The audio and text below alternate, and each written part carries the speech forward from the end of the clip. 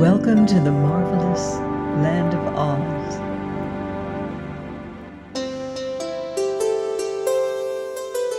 I'm Mordell, reading The Road to Oz by L. Frank Baum.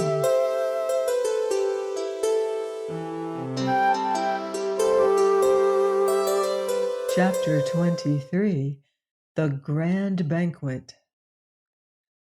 I wish I could tell you how fine the company was that assembled that evening at Ozma's royal banquet. A long table was spread in the center of the great dining hall of the palace, and the splendor of the decorations and the blaze of lights and jewels was acknowledged to be the most magnificent sight that any of the guests had ever seen. The jolliest person present, as well as the most important, was, of course, old Santa Claus, so he was given the seat of honor at one end of the table, while at the other end sat Princess Ozma, the hostess. John Doe, Queen Zixi, King Bud, the Queen of Ev and her son Evardo, and the Queen of Merryland had golden thrones to sit in, while the others were supplied with beautiful chairs.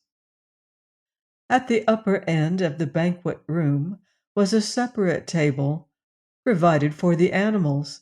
Toto sat at one end of this table with a bib tied around his neck and a silver platter to eat from.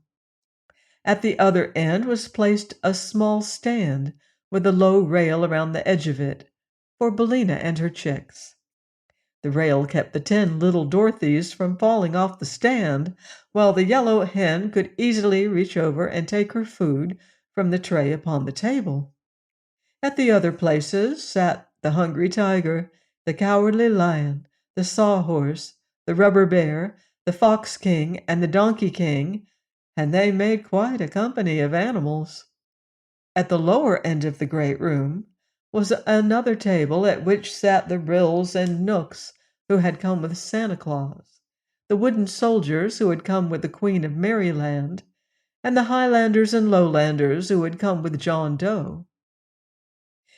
Here were also seated the officers of the royal palace and of Ozma's army. The splendid costumes of those at the 3 tables made a gorgeous and glittering display that no one present was ever likely to forget. Perhaps there has never been in any part of the world at any time another assemblage of such wonderful people as that which gathered this evening to honor the birthday of the ruler of Oz. When all the members of the company were in their places, an orchestra of 500 pieces in a balcony overlooking the banquet room began to play sweet and delightful music. Then a door draped with royal green opened, and in came the fair and girlish Princess Ozma, who now greeted her guests in person for the first time. As she stood by her throne at the head of the banquet table, every eye was turned eagerly upon the lovely princess, who was as dignified as she was bewitching, and who smiled upon all her old and new friends in a way that touched their hearts and brought an answering smile to every face. Each guest had been served with a crystal goblet filled with lacasa, which is a sort of nectar famous in Oz and nicer to drink than soda water or lemonade. Santa now made a pretty speech in verse, congratulating Ozma on having a birthday and asking everyone present to drink to the health and happiness of their dearly beloved hostess. This was done with great enthusiasm by those who were made so that they could drink at all, and those who could not drink politely touched the rims of their goblets to their lips. All seated themselves at the tables, and the servants of the princess began serving the feast. I am quite sure that only in Fairyland could such a delicious repast be prepared.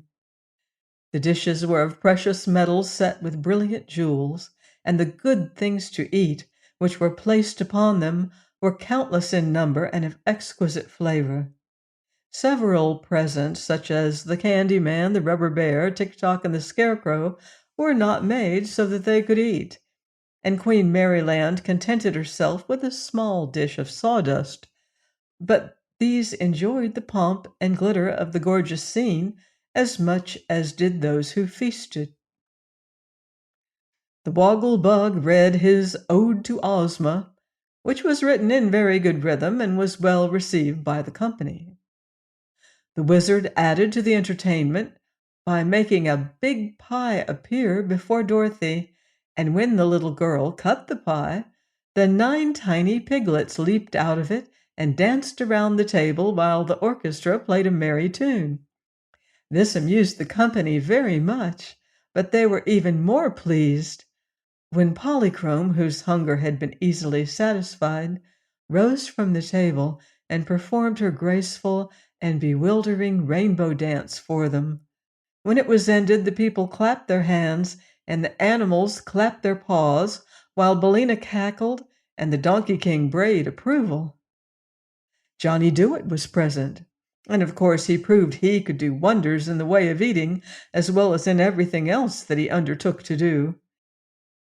The Tin Woodman sang a love song, everyone joining in the chorus, and the wooden soldiers from Merryland gave an exhibition of a lightning drill with their wooden muskets. The Ryls and Knooks danced the fairy circle, and the Rubber Bear bounced himself all around the room. There was laughter and merriment on every side, and everybody was having a royal good time. Button Bright was so excited and interested that he paid little attention to his fine dinner and a great deal of attention to his queer companions. And perhaps he was wise to do this, because he could eat at any other time.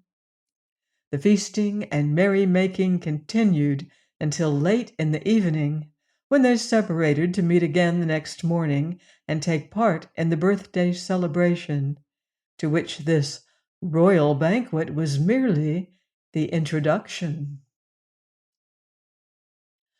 Please join me next time for more magical adventure here on the marvelous Land of Oz.